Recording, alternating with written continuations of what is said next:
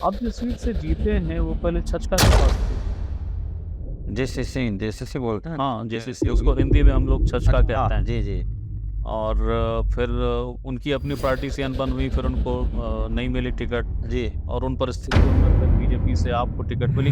आपकी जीत का जो चरण शुरू हुआ, जी, काउंटिंग चल रही थी, आप जी, पीछे, पीछे, पीछे, पीछे चल रहे थे। जी। आखिरी में जादू हुआ ईवीएम में, नहीं, नहीं, संग्राम जीत गए। मैं तो ये कह रहा हूँ कि आखिरी चरण में ऐसा क्या जादू हुआ, ये समझना है। देखिए, मेरा यहाँ से बहुत ज़्यादा लीड हुआ। हालाँकि मैं रहने वाला, जन्म लिया बलौदाबाजार में, पढ़ा हूँ, लिखा हूँ, नौकरी शुरू किया, मेरे कर्मभूमि भी बलौदाबाजार है। जिला पंचायत का चुनाव तिल्दा से लड़ा था, तो तिल्दा में काम करने का अवसर में अपना ज़्यादा समय, निरंतर संपर्क, और लोगों को ऐसा पहले बार लगा कि हमारे यहाँ से किसी को टिकट मिला है। माने ख़ास बात ये है, लोग मुझको अपना मानने लग गए थे कि बलौदाबाजार का नहीं, ये हमारे तिल्दा का है, और पहले बार तिल्दा के आदमी को टिकट मिला है। इसको जिताना ही है कि जो कंपनियां हैं, जहां ठेकेदारी है, व्यापार है, वहां पे मेरी कोई भूमिका न अभी तक रही है, न भविष्य में रहेगा। अब जो विभाग आपके पास है, जिसका भार आपके पास है, वो आपने लिया और उसके बाद सबसे पहला बम फूट गया विधानसभा के मेजर राजीव गांधी मैदान क्लब। हालाँकि उसके पहले ही आपने कहा था, गड़बड़ियाँ बहुत हैं, हम इसका ऑडिट भी कराएँगे, भंग भी करेंगे। ऐसी और भी गड़बड़ियाँ हैं क्या और योजनाओं में? नमस्ते, मेरा नाम है याज्ञवल्क्य और पंचायती के इस कार्यक्रम में मैं एक ऐसे मेहमान के साथ हूँ। हालाँकि तारुफ़ इस परिभाषा में कइयों के साथ हो सकता है कि जो चुनाव के नतीजे आए, चमत्कृत करने वाले थे।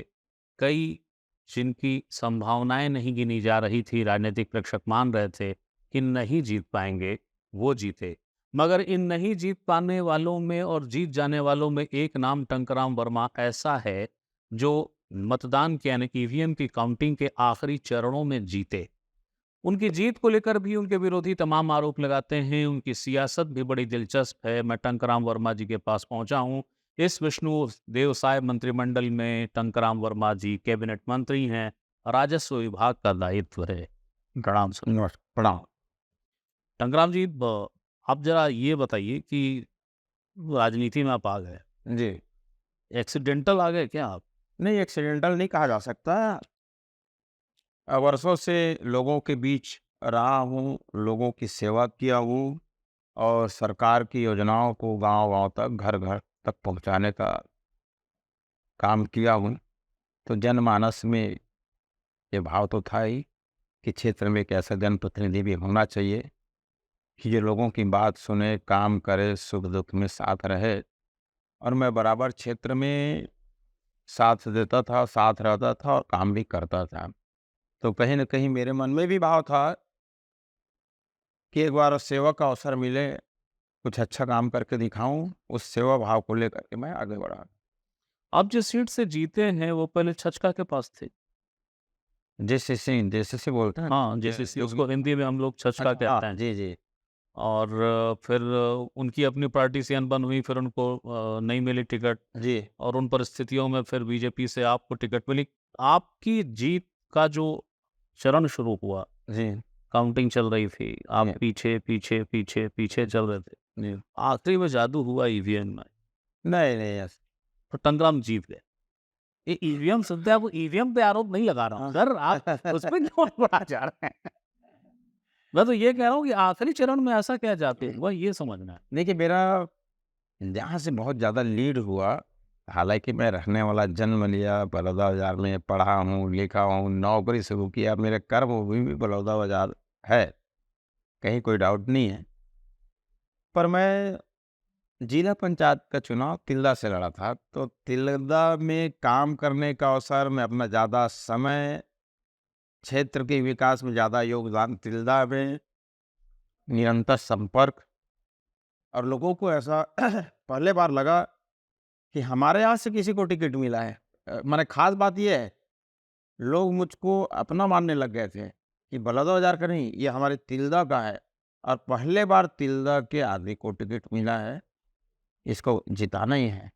तो मेरा जो पुराना जिला पंचायत क्षेत्र है, एक तरफ़ा उधर से पूरा वहाँ लीड किया हूँ। लेकिन आपके राजनीतिक विरोधी ये आरोप लगाते हैं कि आपको टिकट मिली उसके पीछे जातिगत समीकरण था। आप जो अंतिम क्षणों में आपने जिसको कहते हैं ना कि ये कत्ल की रात थी चुनाव हुँ, प्रचार की, हुँ। उसमें आपने जाति का कार्ड ज़बरदस्त खेला। जाति का कार्ड कहीं पे नहीं था और एक चीज़ मैं हमेशा मानता हूँ कि राजनीति जो है जाति के आधार पे नहीं होती, ना कभी आदमी को उस वे पे काम करना चाहिए, मेरा व्यक्तिगत सोच है। मैं आज भी जाति के आधार पे राजनीति या जाति के आधार पे कोई काम नहीं करता हूँ। मैं सबको साथ लेके चलता हूँ, जो मोदी जी का नारा है ना कि सबका साथ, सबका विकास। और आप देखिए तिल्दा क्षेत्र में सभी जगह से मेरे को वोट मिला है, ऐसा नहीं है कि जहाँ कुर्मी है वहाँ वोट मिला होगा। तो जाति काम नहीं करती, राजनीति में तो आपका कर्म और व्यवहार और सेवा भाव ही काम करता है, ये मैं मानता हूँ। लेकिन सबका साथ सबका विकास को लेकर भी एक तो बड़ी मज़ेदार चीज़ ये है कि आप को अभी जीते और राजनीति में सक्रिय भूमिका निभाते वक्त ज़्यादा नहीं हुआ है, लेकिन आपके राजनीतिक विरोधी पुरजोर सक्रिय हैं। आरोप का पुलिंदा बना रखा है उन्होंने। अब जैसे एक आरोप अभी ये सबका साथ सबका विकास जब आप कह रहे हैं तो उस पर एक विषय है हाँ, जो आरोपों में है, मुझे नहीं पता अब तक आया कि नहीं आया। आपके यहाँ कोई रेलवे साइडिंग का मसला है, हाँ, हाँ। बेरोज़गारों को नौकरी और रोज़गार मिल नहीं रही है और आपके जो कोई करीबी समर्थक हैं, कोई 2 जो बड़े धन से भरपूर हैं, हाँ, हाँ। उनको ये काम मिला हुआ है रेलवे साइडिंग का जिसमें आपकी भूमिका है। नहीं, मेरी भूमिका जो है मैं स्पष्ट कर दूँ कि जो कंपनियाँ हैं, जहाँ ठेकेदारी है, व्यापार है, वहाँ पे मेरी कोई भूमिका ना अभी तक रही है, ना भविष्य में रहेगा। मेरा काम तो केवल एक ही है कि ग्रामीण विकास का, लोगों की समस्याएँ, उनका दुःख दर्द सुनने का है। कोई आदमी अभी तक से ये नहीं बोल सकता कि इनका कहीं पे 2 पैसे का काम चलता हो या कोई ठेकेदार पाल के रखा हो। उसमें मेरा कोई रुचि नहीं है। हुँ, क्लियर कर रहा हूँ, मेरा कोई रुचि नहीं है उसमें। और जितना दिया है भगवान उतने में मैं तो खुश रहता हूँ मैं। मेरा कुछ ऐसा भविष्य में ये कर लूँ, ऐसा नहीं रहता है। और वो जो सेवा भाव ही मेरा जो रहा है, उसी कारण मतलब लोग जो है पसंद करते हैं। नहीं तो देखिए हमारे सामने तो कुबेर जी लड़े हैं और हम तो फ़कीर हैं। ये जिन्हें कुबेर कह रहे हैं मैं याद दिला दूँ कि इनके प्रतिस्पर्धी कांग्रेस से जो जिनको टिकट मिली थी, जो प्रत्याशी थे, शैलेश नितिन त्रिवेदी थे, उन्हें कुबेर कह रहे हैं। अब खैर सियासत में तंज होता है। आप एक चीज़ बताइए आपका जो बैकग्राउंड जो मुझे पता है, जी, सार्वजनिक सही है। जी, आप पहले पीए हुआ करते थे? जी। किस मंत्री जी के पीए थे? उस बारे में थोड़ा बताइए ना। देखिए मैं 93 से करुणा शुक्ला जी के साथ था। 98 एक कार्यकाल उनके साथ। फिर रमेश बैस जी के साथ जब केंद्रीय मंत्री थे उनके साथ रहा। फिर छत्तीसगढ़ अलग हुआ, उस समय से दयालदास जी वगैरह के साथ था। फिर लास्ट में 13 से 18 केदार कश्यप जी के साथ था। फिर 18 के बाद मैं वीआरएस ले लिया और तिल्दा क्षेत्र से जिला पंचायत का चुनाव लड़ा और रायपुर जिला पंचायत में उपाध्यक्ष बना। तो किस शासकीय सेवा में थे आप? मेरा मूलतः प्राथमिक शाला में मैं शिक्षक था। सर टंकराम जी, जो आप बता रहे हैं अपना प्रोफ़ाइल उसमें गुरुजी बन के कितना पढ़ाए होंगे? तो ज़्यादा मंत्री बन के साथ रहे रिश्ते में? हाँ, बहुत कम समय रहा मेरे मतलब सामाजिक गतिविधि को देख कर के और मेरा वर्किंग स्टाइल को देख कर के लगा कि हमारे काम कहते नेताओं ने अपने पास बुला लिया। जिसमें शुरुआत करुणा शुक्ला जी से हुई, तो उनके साथ भी रहा बहुत, उससे कुछ पढ़ने-लिखने का बहुत अच्छा अवसर। आप जिन-जिन के साथ रहे सबके अलग-अलग व्यक्तित्व आयाम हैं। करुणा दीदी को लेकर ये कहा जाता है कि बहुत विदुषी हैं। मेरा भी सौभाग्य रहा उनसे इंटरेक्शन का। अ, जो रमेश बैस जी हैं उन्होंने तो ख़ैर उनका सियासत का आंकड़ा ही चमत्कृत करता है, जब तक लड़े जीतते रहे, हारे ही नहीं। और कुर्मी कुलगौरव के साथ वो लड़े और उनके बारे में कहा जाता है कि कुर्मियों को एकजुट करने वाला वो इकलौता पहला नेता था। उसके बाद आप दयालदास बघेल जी के पास पहुँच गए। दयालदास बघेल जी की अपनी सियासत है, भदेस गाँव की अंदाज़ उनका विलक्षण अंदाज़। जी। वो इकलौते ऐसे विधायक रहे जो उनको किसी पुजारी या तांत्रिक ने कहा कि विधानसभा बाँधोगे तो चुनाव जीतोगे, वो भी उन्होंने किया था। केदार कश्यप जी की सियासत में ट्राइबल मूवमेंट था। ये अलग धाराओं के साथ रहते हुए तो आप मतलब सियासती तौर पे तो काफ़ी पीएचडी होल्डर हो गए। नहीं, ऐसा नहीं है, पर जिनके साथ भी रहा हूँ, उनके साथ रह करके मेरा फ़ोकस जो है, बलौदाबाजार क्षेत्र का विकास करना था और जितना ज़्यादा हो सके मैं सबके साथ रह करके सरकार की योजनाओं को गाँव तक ले गया हूँ। सबसे बड़ी क्षेत्र को हमारा फ़ायदा मिला केदार कश्यप जी के समय में। 13 से 18 में इतने स्कूल खुले वहाँ बलौदाबाजार विधानसभा में, अ, बहुत ज़्यादा high school, higher secondary, middle school और इतने सारे भवन बने, इतने सारे स्कूलों के बाउंड्री वॉल बने। केदार कश्यप जी का योगदान अ, प्रशंसनीय, उल्लेखनीय है। माने बहुत स्कूल खुले। क्या ये वही समय था जब टंकराम वर्मा को लगा कि गुरु अब चुनाव लड़ जाओ यार, अब तो ठीक व्यवस्था हो गई। वही समय था कि 13 से 18? हाँ, 13 से 18 में इतने अपन ने काम किए, सरकार अपनी थी, हमारे माननीय मुख्यमंत्री रमन सिंह जी का भी आशीर्वाद था। ग्रामीण क्षेत्र के विकास के लिए बहुत सा धनराशि दिया अपने कोष से। पंचायत मंत्री ने दिया, सभी मंत्रियों का बड़ा योगदान रहा। तो बलौदाबाजार में ऐसा नहीं था कि विधायक नहीं है तो काम नहीं हो रहा है, बहुत काम हुआ। तो 18 में टिकट कैसे छूट गए? नहीं देखिए, तो पार्टी का निर्णय होता है, उस समय हम वीआरएस भी नहीं लिए थे, हुए थे। अब जो विभाग आपके पास है, जिसका भार आपके पास है, वो आपने लिया और उसके बाद सबसे पहला बम फूट गया विधानसभा के मेजर राजीव गांधी निदान क्लब। जी, हालाँकि उसके पहले ही आपने कहा था, ज़ाहिर से ही कहा था कि भई गड़बड़ियाँ बहुत है और हम बहुत। इसे इसका ऑडिट भी कराएँगे, भंग भी करेंगे। ऐसी और भी गड़बड़ियाँ हैं क्या और योजनाओं में? और कोई योजना तो ऐसी नहीं है जिसमें, अपने पास तो केवल स्पोर्ट्स में वही था, राजीव युवा मितान क्लब। उसका कहीं भी कोई राशि तो गया है लेकिन उपयोगिता कहीं पे ऐसा दिख नहीं रहा है। जैसा विधानसभा में भरपूर हंगामा हुआ, आप ही के पार्टी के साथियों ने कहा कि जाँच करो, जाँच करो। क्या बतौर मंत्री वर्मा जी आप कुछ तय कर पाएँ हैं, जाँच किस ढंग से कराएँगे इस? नहीं, उसके लिए उसमें सोशल ऑडिट का है, उसमें जनपद पंचायत में जो करारोपण अधिकारी है उसको ये पहले से मैनुअल में है उनके, कि जाँच अधिकारी ये होंगे, कहीं गड़बड़ी होगी तो भू राजस्व के रूप में उनसे वसूली किया जाएगा, ये उनके बैराग में लिखे हैं। तो उस बारे में कार्रवाई शुरू हो गई। नहीं, शुरू नहीं हुई है पर करेंगे, क्योंकि जाँच की घोषणा कर दी है तो जाँच तो कराना पड़ेगा और देखिए जाँच के बाद क्या आते हैं उसके हिसाब से कार्रवाई होगी। कोई मियाद है कि इतने दिन, इतने महीने, इतने साल में तो जाँच हो जाएगी बॉस राजीव गांधी क्लब? हो जाएगी, ज़्यादा से ज़्यादा 6 महीने। अच्छा, जो पीए होता है, वो इतने लोगों के साथ आप पीए थे, निज सहायक थे। निज सहायक की खूबी सबसे बड़ी शानदार ये होती है कि जिस काम को नहीं भी करना होगा, उसको इतनी कुशलता से ना करता है कि हाँ वाला भी मुरीद हो जाता है कि अरे भैया बात नहीं। नहीं, उनको क्या है, प्रशासनिक अनुभव होता है। काम करने से प्रशासनिक अनुभव होता है, जानकारियाँ होती है बहुत सारा कि कौन से काम कैसे होगा, किस विभाग से होगा, किनको कहाँ लिखें, किनसे बात करें, ये अनुभव तो रहता है। आप जिस विभाग के भार साधक मंत्री हैं अजय, वहाँ पे ज़मीनों को लेके, छोटी-छोटी चीज़ों को लेके ग्रामीण परेशान होता है। कोई ऐसी व्यवस्था आपको लग रही कि ऐसा करें तो शायद ये निदान हो? सोच तो रहे हैं, विचार कर रहे हैं कि एक कितना संभव होगा एक अधिकारियों के पास बैठ करके इस पे निर्णय करेंगे।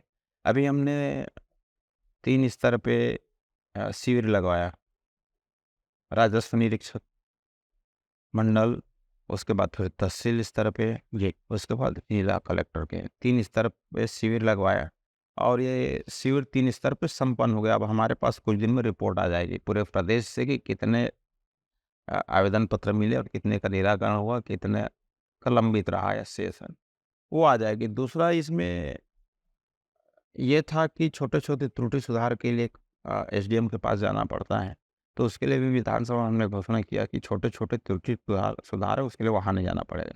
तहसील स्तर पे उसको अधिकार दे दिए। तहसीलदार को अधिकार देने का एक आपने घोषणा की जी, विधानसभा में। लेकिन जहाँ तक से रकबा, कस्बा है, इसमें छेड़छाड़ करने का अधिकार नहीं, क्योंकि पटवारी लोग उसी पे सब खेल खेल देते, तो इसलिए उस अधिकार को सुरक्षित है एसडीएम के साथ कि किसी के रकबा खसरा में छेड़छाड़ ना करें।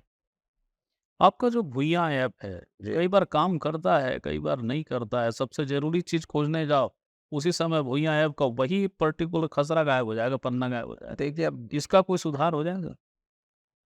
लोगों की सुविधा के लिए आप सभी विभाग में देख रहे हैं पेपरलेस काम हो रहा है कि ऑनलाइन करो, लोगों तक खट से हम ये बटन दबाए जानकारी आ जाए, है ना? ये सब सिस्टम बना हुआ है, चाहे आधार कार्ड हो, पैन कार्ड हो, दुनिया की जानकारी आपके मोबाइल पे आ जाती है। भटकना नहीं पड़ता, तो उसी के तर्ज पे ये भी है अपने भैया ऐप जो है कि भई आप अपने मोबाइल में टाइप टाइप करिए, आपका ये आ जाएगा। ये काम को बड़ा हमारे भाजपा गवर्नमेंट का ही है ये। तो उसमें इन्होंने जो कॉपी किया है, तो कहीं न कहीं अपन टाइप भी करते हैं तो मात्रा की त्रुटि या कहीं न कहीं त्रुटि हो जाती। तो उसको सुधारना पड़ेगा और सुधारने का इन लोगों को निर्देश भी दिया गया था। तो वही जो त्रुटि के लिए घूमते हैं बोल रहे हैं, तो वही है कि वहाँ पे सॉफ्टवेयर उसमें कुछ दिखा रहा है ऑनलाइन और रिकॉर्ड में कुछ, तो छोटी-मोटी जो त्रुटियाँ हैं, इसके लिए अब तहसीलदार को दे दिए हैं, तो चक्कर मारना नहीं पड़ेगा, सुधर जाएगा। आखिरी सवाल है, मुझे आपने बहुत समय दिया, आखिरी सवाल। जिस विधानसभा के आप प्रतिनिधि हैं, उस विधानसभा के लिए ड्रीम प्रोजेक्ट क्या है आप? देखिए हमारे 6-7 बड़े हैं प्रोजेक्ट हैं। जैसे एक तो हमारा बजट में आ गया कि एक बाढ़ से कल्याण रोड जो निकलना था, छुईहा से पुराना बस स्टैंड के ऐसा अपना लावा रोड होते है, तो वो अभी बजट में आ गया। एक हमने मिनी स्टेडियम खेल-कूद को बढ़ावा देने के लिए वो भी 16,000 में वो भी आ गया बजट में। एक हमने केंद्रीय मंत्री से भी मुलाकात करके एथलेटिक्स को बढ़ावा देने के लिए वहाँ पे 8 लाइन का ट्रैक के लिए भी कल बात कर सहमति दिए हैं। और तिल्दा को बोलते हैं कि तिल्दा छूट जाता है, क्योंकि तिल्दा तो हमारा जान है। तिल्दा के लिए हमने भी एक मिनी स्टेडियम का केंद्रीय मंत्री से वहाँ पे कराए हैं। है तो बहुत सारा है अभी। हमने बात किया कि भई तिल्दा में गर्ल्स कॉलेज होना चाहिए, सोहेला में कॉलेज होना चाहिए। पर इस साल हमारा बजट जो है हमारी छत्तीसगढ़ सरकार का, जो विधानसभा की जो घोषणाएँ हैं, मोदी जी की गारंटी है, उस पे विशेष फ़ोकस कि कोई छूटे मत। तो इसलिए इस साल का बजट जो है ज़्यादा उसमें गया है। बाकी आने वाले साल से बहुत बढ़िया हो जाएगा। बहुत-बहुत शुक्रिया आपसे बोलने थैंक यू। ये थे टंकराम वर्मा और जिनके सामाजिक जीवन का कमोबेश 20 साल गुज़र गया मंत्रियों के साथ, विधायकों के साथ, जिनकी अलग-अलग धाराएँ, विचारधाराएँ थी, सोच थी।